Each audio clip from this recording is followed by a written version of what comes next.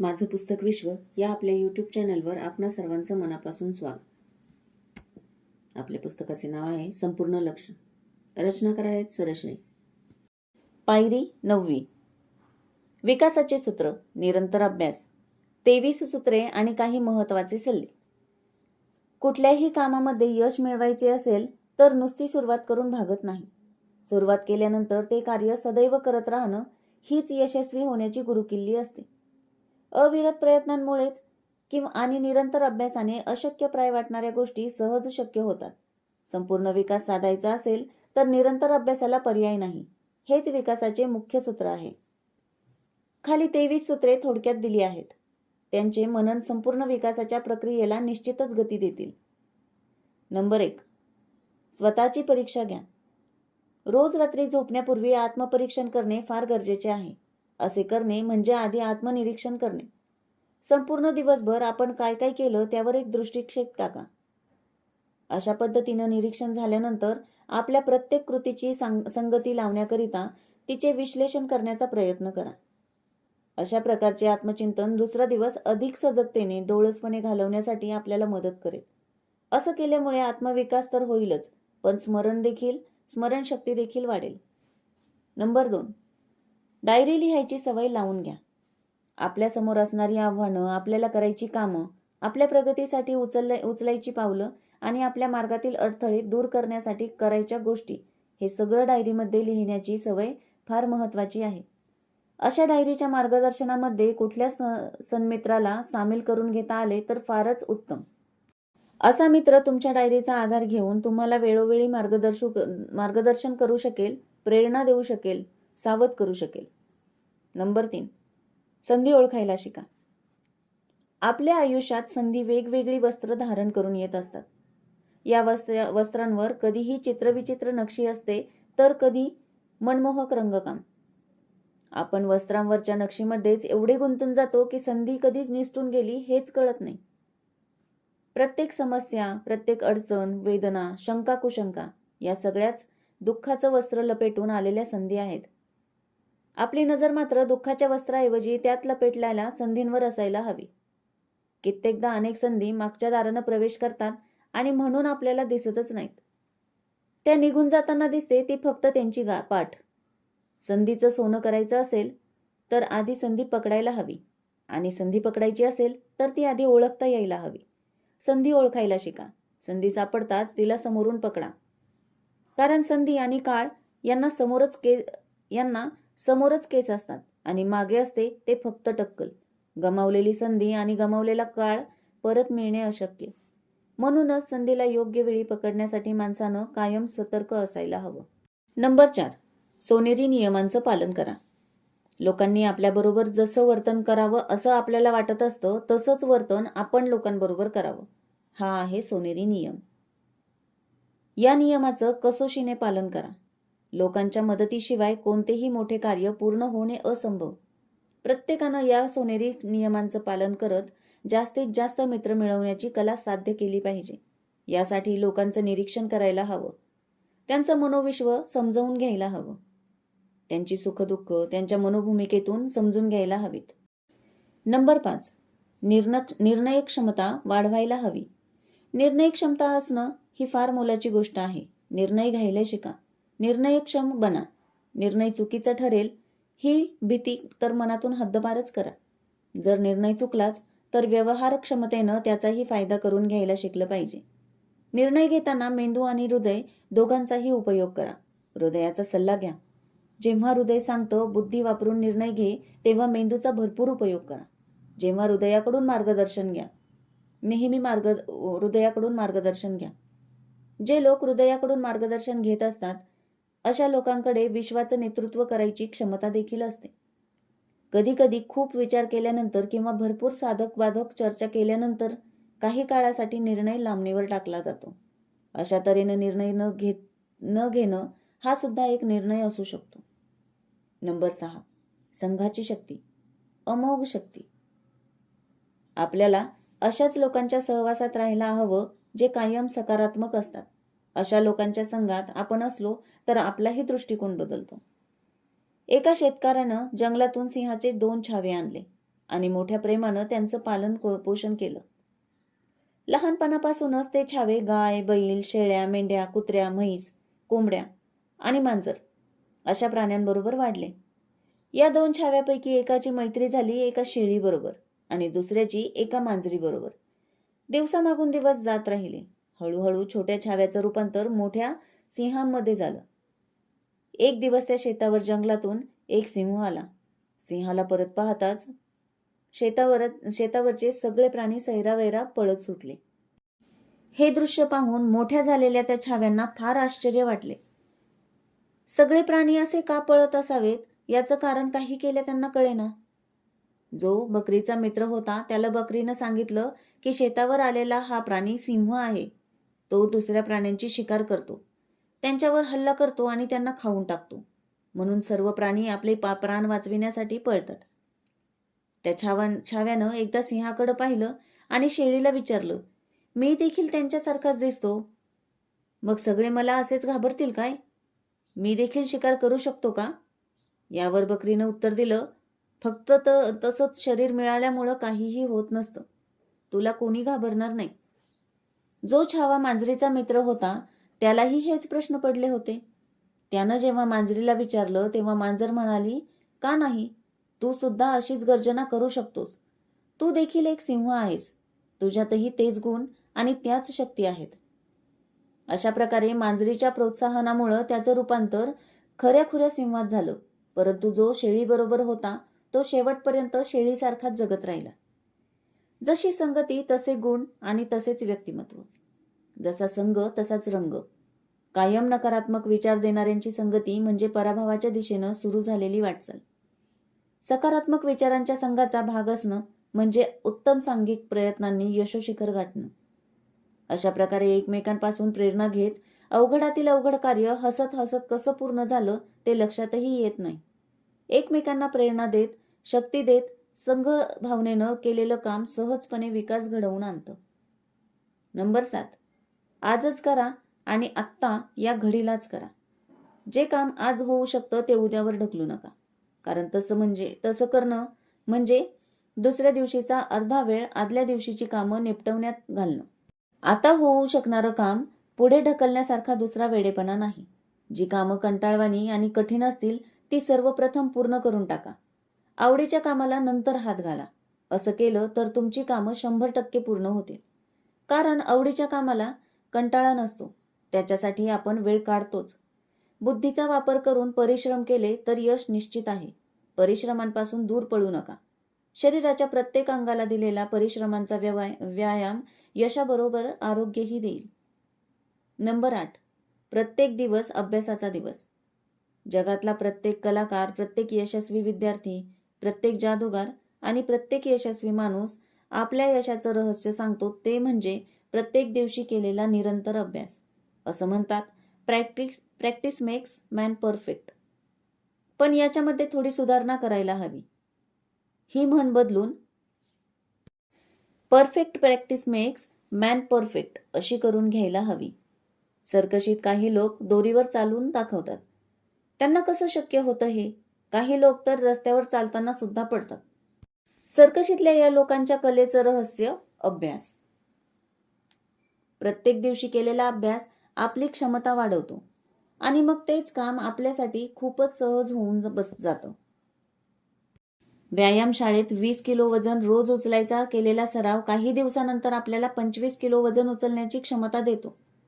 मग 20 किलो वजन उचलणे सहज शक्य होऊन बसते आणि याच मार्गाने गेलं तर काही वर्षानंतर आपण विश्वविक्रमही करू शकतो.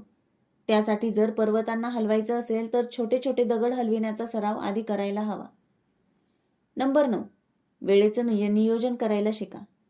माझ्याकडे वेळच नाही याच्या इतकी अर्थहीन सबब दुसरी कुठलीच नाही. आपल्या प्रत्येकाकडे तेवढाच वेळ असतो जेवढा विजेचा शोध लावणाऱ्या एडिसनकडे होता. प्रत्येकजण एडिसन नाही बनू शकत. एखादा नवीन शोध आपण लावू शकत नसू, पण आपापली कामं निर्धारित वेळेत पूर्ण करायला काय हरकत आहे? वेळेचं महत्त्व लक्षात घ्या. वेळ म्हणजे जीवन आणि वेळ व्यर्थ घालवणं म्हणजे जीवन फुकट घालविणं.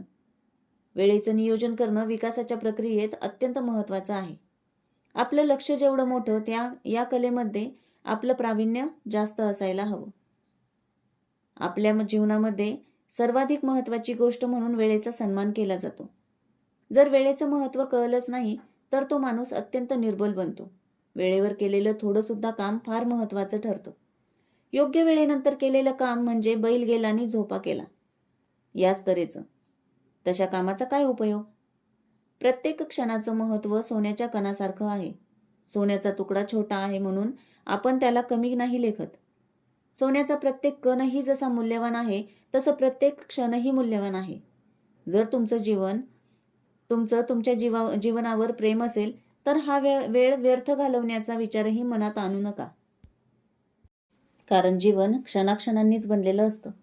वेळ म्हणजे कुठली वस्तू नव्हे की जी हरवली तर पुन्हा सापडेल किंवा परत नवीन घेता येईल. काळ हा सदैव चालत असणारी निरंतर प्रक्रिया आहे. तो कोणासाठीही थांबत नाही. वेळेचा सदुपयोग करणे म्हणजे ठरवलेलं काम योग्य वेळेत पूर्ण करणं. नंबर 10. सत्चरित्र प्राप्त करा. आत्मचिंतन करून स्वतःचे परीक्षण करून अंतःकरण स्वच्छ करणे अत्यंत गरजेचे आहे. महापुरुषांचे जीवनचरित्र वाचून त्यापासून आपण प्रेरणा घ्यायला हवी. या प्रक्रियेत आपल्यातील सर्व विकार दूर होतात. चुका प्रत्येकाच्याच हातून घडतात. पण आपल्या चुकांचे परीक्षण करून आपल्या मनातून अपराधीपणाची भावना काढून टाकायला हवी. प्रत्येक चुकीला गुरु बनवून तिच्यापासून काहीतरी शिकायला हवे. चुकीलाच गुरु केले की तिच्यापासून बरेच काही शिकता येते. गुरुची प्रत्येक आज्ञा म्हणजेच आकाशवाणीच. अशा प्रकारे उत्तमात उत्तम चरित्र प्राप्त करण्याचा प्रयत्न करायला हवा. नंबर 11. मनाची एकाग्रता विकासाचे द्वार. तेज विकास साधायचा असेल तर प्रामाणिक मानसिक शक्तीचा विकास करणे. नंबर 11. मनाची एकाग्रता विकासाचे द्वार. तेज विकास साधायचा असेल तर मानसिक शक्तीचा विकास करणे अत्यंत आवश्यक आहे. आपली मनशक्ती वाढविण्यासाठी योगाभ्यास, त्राटक आणि काही ध्यान प्रक्रिया यांचा अभ्यास जरूर करावा. पहा एकाग्रतेचे प्रयोग खंड 3 यामध्ये. नंबर 12. वाचन म्हणजेच विकास. पुस्तकांसारखा सोबती नाही. चांगली पुस्तके वाचण्याची सवय लावून घ्या. आत्मविश्वास वाढविणाऱ्या पुस्तकांचे नियमित वाचन करा. धार्मिक ग्रंथाचे अर्थ समजावून घेत हळूहळू पठण करा. चांगल्या ग्रंथालयाचे सभासद व्हा. चांगल्या वाचकांच्या गटांमध्ये सामील व्हा. पुस्तकांसारखा दुसरा सोबती नाही हे जरी खरे असले तरी त्यांची निवड योग्य पद्धतीने व्हायला हवी. ज्यांना पुस्तके वाचायचा छंद असतो ते कधीही कंटाळत नाहीत. ज्यांच्याबरोबर पुस्तके असतात त्याला एकाकीपणा कधीही छळत नाही. नवनवीन कल्पनांचा आविष्कार त्यांना नेहमीच होतो. म्हणूनच म्हणतात रीडर्स आर लीडर्स. नंबर 13. कल्पनाशक्तीचा विकास करा. माणूस स्वतःबद्दल जसा विचार करतो, स्वतःबद्दल जशा कल्पना करतो तसाच तो बनत जातो. स्वतःबद्दलच्या कल्पना जर अवास्तव असतील, बेलगाम असतील तर त्या मनोविकाराचं कारण बनतात. म्हणूनच या कल्पनांना शिस्त लावणं अतिशय आवश्यक आहे. योग्य दिशेने प्रेरित झालेल्या कल्पना जणू संपूर्ण विकासाची शिडीच ठरतात. आपण स्वतःची जशी प्रतिमा रंगवतो तशीच आपली प्रतिमा वास्तवात बनत जाते. म्हणूनच आपली स्वतःची प्रतिमा अतिशय उच्च दर्जाची ठेवावी. स्वतःची प्रतिमा भ्याड किंवा रागीट अशी रंगवणं खूपच नुकसानकारक ठरतं. आपला विकास माकडांपासून झालेला नाही. आपण ईश्वरातून निर्माण झालेलो आहोत. रस्त्याने चालताना विनाकारण चित्रपटाचे अर्थहीन पोस्टर्स पाहणे, टीव्हीवरचे भंपक कार्यक्रम किंवा कुठले तरी वेडगळ सिनेमा पाहणे याचा परिणाम स्वतःची प्रतिमा स्वतःसमोर अत्यंत टाकाऊ करून घेण्यात होतो. अशा प्रकारचे चित्रपट आणि कार्यक्रम आपल्या कल्पनाशक्तीला दूषित करून टाकतात. टीव्हीवर प्रसारित केले जाणारे अर्थपूर्ण कार्यक्रम पाहिले तर त्याचा निश्चितच चांगला उपयोग होऊ शकतो. अशा कार्यक्रमांमुळे आपली प्रतिमा उच्च दर्जाची तयार करण्यात मदतच होते. नंबर 14. पूर्ण करण्याची कला शिका. जीवन जगत असताना आपण अनेक प्रकारचे कर्म आणि कार्य करत असतो. कशासाठी करत असतो आपण हे सगळं? काय अपेक्षा असते आपली? या सगळ्या कार्यातून आपण आनंद आणि समाधानाची अपेक्षा करत असतो. असा आनंद आणि असे समाधान फक्त पूर्णत्वातूनच मिळू शकते. अर्थात काम छोटे असो की मोठे, ते पूर्ण झाल्यानंतर आपल्याला अतिशय आनंद होतो. बारकाईने पाहिलं तर आपल्याला सहजपणे लक्षात येईल की आनंद आणि समाधान यांचं रहस्य काम पूर्ण करण्यामध्ये दडलेलं आहे. यासाठीच तर प्रत्येक काम आपण पूर्णत्वाला नेलं पाहिजे. आपलं मन कधी भूतकाळात असतं तर कधी भविष्यकाळात. का घडतं हे? याचं उत्तर म्हणजे वर्तमानात पूर्णता नसणे. आपल्याला कधी कधी झोपेत असंख्य स्वप्न पडतात. याचंही कारण दिवसा आपण पूर्णत्वास न नेलेली कामं हेच असतं. यासाठी आजच प्रत्येक काम पूर्ण करण्याचा वसा घ्या. अपूर्णतेत कधीही आनंद नसतो. पूर्णत्वाचा मार्ग आपल्याला सरळ आनंद आणि समाधानाच्या स्वर्गात नेऊन ठेवतो. नंबर 15. नवीन प्रयोग करा. आपलं बालपण आठवून पहा. कुतूहलापोटी आपण सदैव काही ना काही नवीन प्रयोग करत असायचो. असे प्रयोग करत करत कितीतरी नव्या गोष्टी आपण शिकायचो. कालांतरानं कुतूहल नष्ट झालं, नवीन प्रयोग बंद झाले आणि त्याबरोबरच नवीन शिकणंही बंद झालं. म्हणून नवीन प्रयोग करणं सोडता कामा नये. त्यासाठी खालील काही प्रयोग करून बघता येतील. एखाद्या दिवशी संपूर्ण मौन पाळा. या मौनामध्येच तुमचा आत्मसंवाद सुरू होईल. पहिल्यांदाच तुम्हाला तुमच्या मनाचे खेळ समजू लागतील. एखादा दिवस डोळ्यावर पट्टी बांधून घरात राहा. हा प्रयोग आजवर तुम्ही जे कधीच पाहिलं नाही ते पाहायला शिकवेल. आजपर्यंत जे तुम्हाला कधी समजलं नाही ते समजू लागेल. शेजारपाजारच्या मुलांना काहीतरी शिकवून पहा. घरात एखादं यंत्र बिघडलं असेल तर ते दुरुस्त करण्याचा प्रयत्न करा. चित्र काढून पहा. कोणता तरी कार्यक्रम आयोजित करण्याची जबाबदारी घ्या. कुठल्या तरी अपरिचित माणसाशी गप्पा मारा. लक्षात ठेवा, नवे प्रयोग नव्या प्रेरणा जागवतात. नंबर 16. जर तर संपून टाका. ज्यांना स्वतःची प्रगती करून घ्यायची नसते त्यांच्याकडे जर तरचे 5 बहाणे असतात. वरवर पाहता ते बहाणे खरेच वाटतात, पण वास्तवात पाहता ते प्रगतीच्या मार्गातील सगळ्यात मोठे अडथळे आहेत. खाली ते 5 बहाणे दिले आहेत. स्वतःचं परीक्षण करून आपल्यामध्ये यात कुठला जर तर आहे ते पहा. नंबर 1. जर आम्ही श्रीमंत घरात जन्मलो असतो तर आमची प्रगती फार लवकर झाली असती. नंबर 2. राजकारणातल्या नेते मंडळीशी आमची ओळख असती तर आम्ही कुठे पोहोचलो असतो. नंबर 3. या छोट्या गावात जन्मण्याऐवजी जर अमेरिकेत आमचा जन्म झाला असता तर आम्हाला नक्कीच थोर ज्ञानप्राप्ती झाली असती. नंबर 4.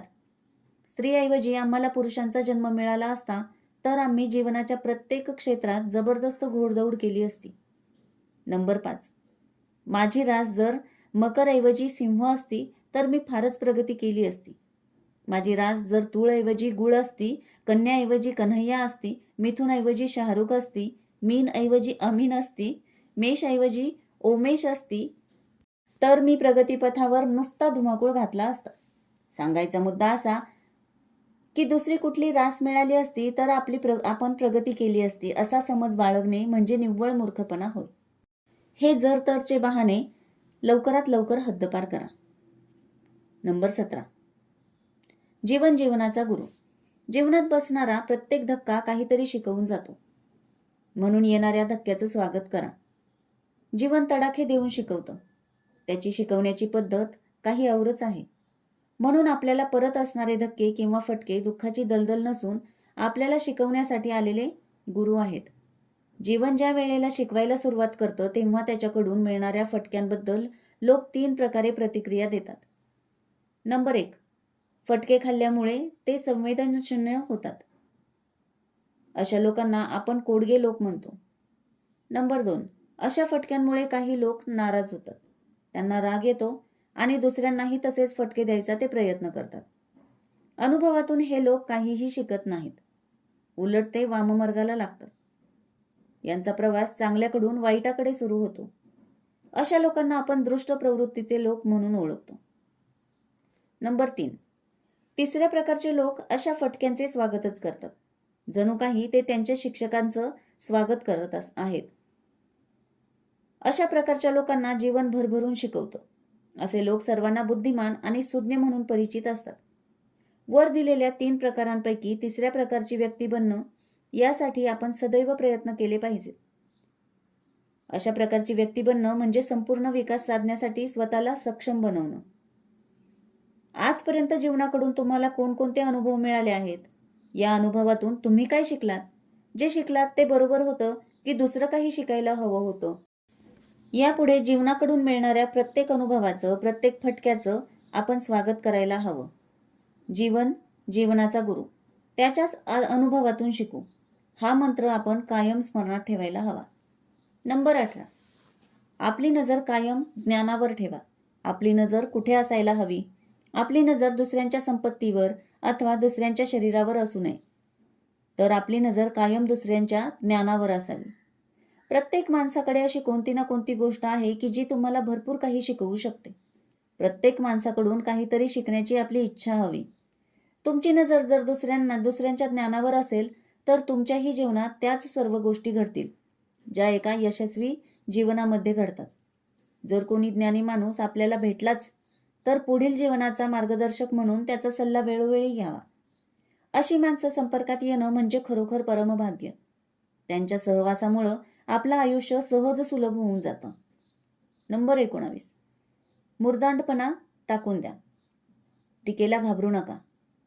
मुर्दाड लोक म्हणजेच असे लोक जे कधी मोकळे होतच नाहीत. ते कायम बंद असतात. लोकांबरोबर यांचा संवाद कधीही होत नाही आणि झालाच तर असे लोक नेहमी दुसऱ्यांवर टीका करतात, त्यांच्यातील दोष काढतात. असे लोक अतिशय शंकेखोर असतात आणि कुठल्याही गोष्टीची त्यांना खात्री पटत नाही. दुसऱ्यांना ते कायम त्रास देतात. कोणाला अक्कल नाही तर कोणीतरी त्यांच्या मते कुरूप असतो. अनुकरण जमत नसल्यामुळे कोणाचा विकासही होणार नाही असे त्यांचे ठाम मत असते. अशा लोकांपासून आपण स्वतःचा बचाव केला पाहिजे. आपलं रूपांतर अशा लोकांमध्ये होऊ नये यासाठी आपण सदैव प्रयत्न केले पाहिजेत. तुम्ही काहीही केलं तरी अशा प्रकारचे लोक तुमच्या कामाला नावे ठेवणार आहेतच, म्हणून यांनी केलेल्या टीकेचा फार विचार करू नका. नंबर 20, आपण माणूस आहात, मशीन नव्हे. जगातील 90% लोक अतिशय यांत्रिक जीवन जगत आहेत. या लोकांची काम करण्याची पद्धत यांत्रिक आणि व्यवहार करण्याची पद्धतही यांत्रिक. क्रिया प्रतिक्रिया या देखील यांत्रिक. जणू काही हे सगळं त्यांच्या यंत्रामध्येच आधीच कोणीतरी लावून ठेवलेलं होतं. कोणी शिवी दिली तर हे लोक एखाद्या यंत्रानं काम करावं तसं उलटी शिवीगाळ करतात. शिवीचा बदला शिवी, खुनाचा बदला खून अशी सवय त्यांच्या अंगवळणी पडलेली असते. कुठलीही प्रतिक्रिया ते विचारपूर्वक आणि संपूर्ण जाणीवपूर्वक देत नाहीत. ते जुन्या गोष्टींची कायम पुनरावृत्ती करतात. असे बेहोश अचेत लोक कधी काय करतील हे सांगणं खूप सोपं असतं, कारण त्यांच्या प्रतिक्रिया ठरलेल्या असतात. राशी भविष्य हस्तरेषा यांच्या जंजाळात ते इतके अडकलेले असतात की कुठलंही नवीन काम ते करत नाहीत. साप निघून गेल्यानंतर उमटलेल्या रेषेलाच साप समजून धोपटणे चालू ठेवतात. थोडक्यात संधी निघून गेल्यानंतर दूषण देत बसणे हा त्यांचा स्थायी भाव असतो. अशा लोकांचा मृत्यू देखील अतिशय यांत्रिक असतो. अशा यांत्रिक मृत्यूमुळे दुसरा कुठलाही मृत्यू चांगला. अशा यांत्रिक मृत्यूपेक्षा दुसरा कुठलाही मृत्यू चांगला. आपण यांत्रिक जीवन जगत आहोत हे समजताच यांत्रिकपणा गळून पडायला सुरुवात होते. मग अशी व्यक्ती हळूहळू प्रेम आणि आनंद आपल्या जीवनात परत प्राप्त करते. आपणही यांत्रिकतेत न अडकणं अत्यंत महत्त्वाचं आहे. नंबर 21, विकासाचा मंत्र, सदैव जिंकणं. विकास करायचा असेल तर सदैव जिंकणं हा मंत्र नीट समजावून घेतला पाहिजे.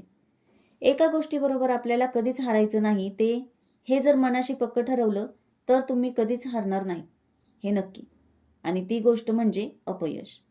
अपयशाबरोबर आपण कधीही हारणार नाही, हे एकदा ठरवलं की आपण कधीच हारणार नाही. कुठल्याशा कृतीमध्ये अपयश येणं म्हणजे हरणं नव्हे, तर त्या अपयशाला घाबरणं. त्याच्यामुळे खचून जाणं म्हणजे खरं अपयश. जे अपयशाला घाबरतात त्यांच्या नशिबी सदैव अपयशच असतं. अपयशाची भीतीच आपल्या पराभवाचं कारण ठरतं. अपयश आल्यानंतरची भीती या यशापासून आपल्याला शेकडो मैल दूर नेत असते. अपयश आल्यानंतर जर आपल्याला त्याची भीती वाटली नाही तर ते अपयश जिंकण्यासाठी प्रेरणा देणारं ठरतं. त्यामुळे आपण प्रयत्न थांबवत नाही, म्हणजेच आपल्याला अपयश आलं नाही. किंबहुना आपण त्यापासून प्रेरणा घेऊन पुढची वाटचाल करतो. आम्ही सदैव जिंकणारच, कारण अपयशाकडून पराभूत होणं आम्ही बंद केलं आहे. हा विकासाचा मंत्र सदैव लक्षात ठेवा. प्रत्येक अपयशाला न भीता त्याचा उपयोग विकास करण्यासाठी करून घ्या. प्रत्येक यशस्वी व्यक्ती सांगते की त्यांच्या जीवनात अनेकदा अपयश आले, पण तिकडे त्यांचे लक्षच नव्हते. त्यांची नजर फक्त यशावर स्थिर झालेली होती. मूल जेव्हा सायकल चालवायला शिकतात तेव्हा अनेकदा धडपडतात आणि पडतातही, परंतु त्यांचे लक्ष पडण्याकडे नसते, तर ते असते सायकल चालवण्याकडे. त्यांच्या नजरेसमोर सायकल चालवत असलेली स्वतःची छबी कायम तरळत असते. दुसरी मुलं कशी सायकल चालवतात, मीही तशीच सायकल चालवणार, हा एकच विचार त्यांच्या मनात असतो. यशाचं एक चित्र, एक कल्पना त्यांच्या मनात तयार झालेली असते आणि म्हणूनच तो सायकल चालवायला लवकर शिकतो. मोठ्या माणसांचं अगदी याच्या विरुद्ध आहे. त्यांना सायकल शिकताना पडण्याचंच इतकं भय वाटतं की ते सायकल शिकूच इच्छित नाहीत. साधक बाधक विचारपूर्वक काही जोखीम घ्यायला अजिबात कचरू नका. जेव्हा तुमच्या लक्षात येईल की जोखीम घ्यायची आपल्याला भीती वाटत आहे, तेव्हा विनाविलंब ती जोखीम पत्करा. त्यामुळे तुमच्यामध्ये साहस वाढेल आणि अपयशाकडून पराभूत न झाल्यामुळे तुम्ही सदैव जिंकाल. आणि सदैव जिंकणारे लोक अपयशाबद्दल शोक करत नाहीत, तर त्यांचे विश्लेषण करतात. सदैव जिंकणारे लोक अपयशापासून काय शिकायला मिळाले याची नोंद करतात, त्यापासून प्रेरणा घेतात आणि नंतर त्या अपयशाचा अंत्यविधी करून कायमची तिलांजली देतात. नंबर 22. तेजगुरूच्या प्राप्तीसाठी प्रयत्न करा. संपूर्ण विकास करायचा सगळ्यात सोपा उपाय काय आहे याची तुम्हाला कल्पना आहे का? तो उपाय म्हणजे तेजगुरूच्या प्राप्तीसाठी प्रार्थना करणे. प्रार्थनेमध्ये मोठी शक्ती आहे. शक्तीमुळेच प्रत्येक कार्य सिद्धीस जाते. जेव्हा तेजगुरूंची प्राप्ती होईल तेव्हा त्यांच्यावर बिनशर्त आणि अभेद्य विश्वास ठेवा. सदैव त्यांच्या आज्ञेत राहा. हाच संपूर्ण विकासाचा सर्वात सोपा मार्ग आहे. मूर्ख मित्रापेक्षा बुद्धिमान शत्रू चांगला. बुद्धिमान शत्रूपेक्षा बुद्धिमान मित्र चांगला. बुद्धिमान मित्रापेक्षा तेज मित्र चांगला.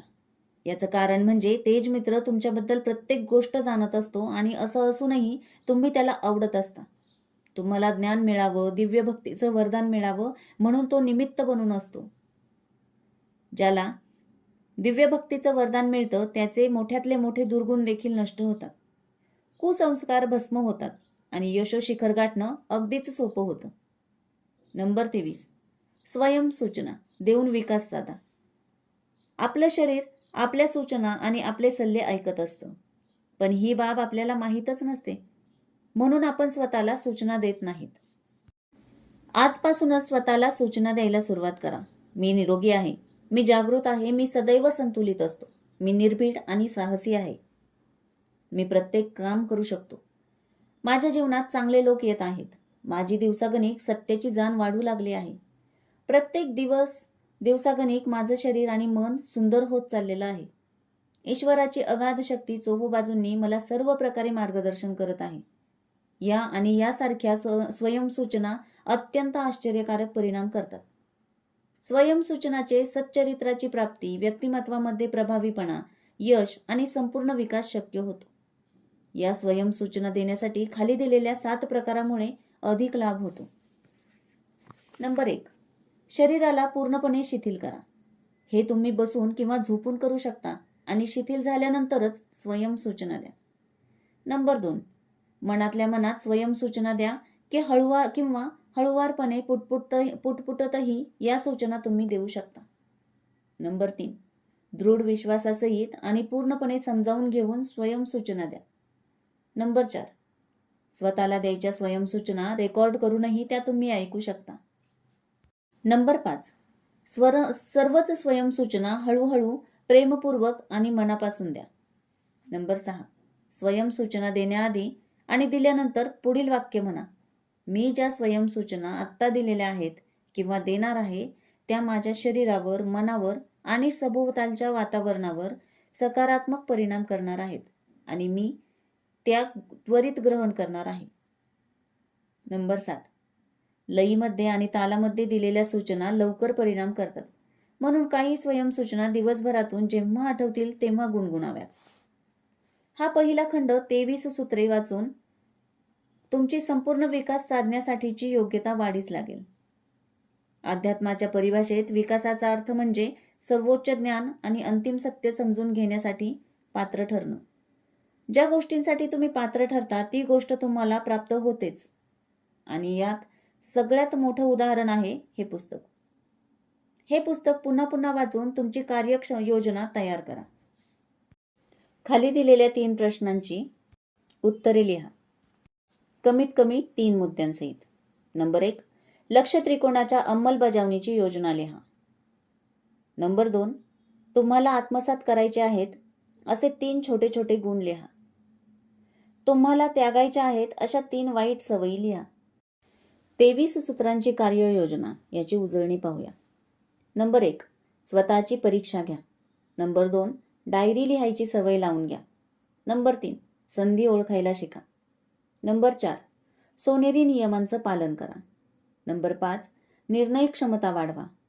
नंबर 6, संघाची शक्ती अमोघ शक्ती. नंबर 7, आजच आणि आत्ता या घडीलाच करा. नंबर 8, प्रत्येक दिवस अभ्यासाचा दिवस. नंबर 9, वेळेचं नियोजन करायला शिका.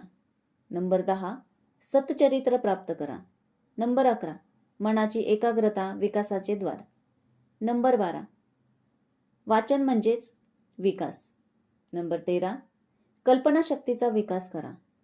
नंबर 14, पूर्ण करण्याची कला शिका. नंबर 15, नवीन प्रयोग करा. नंबर 16, जर तर संपवून टाका.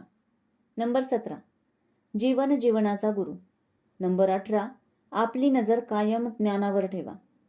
नंबर 19, मुरदाडपणा टाकून द्या, टीकेला घाबरू नका.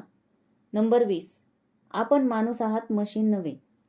नंबर 21, विकासाचा मंत्र सदैव जिंकणं.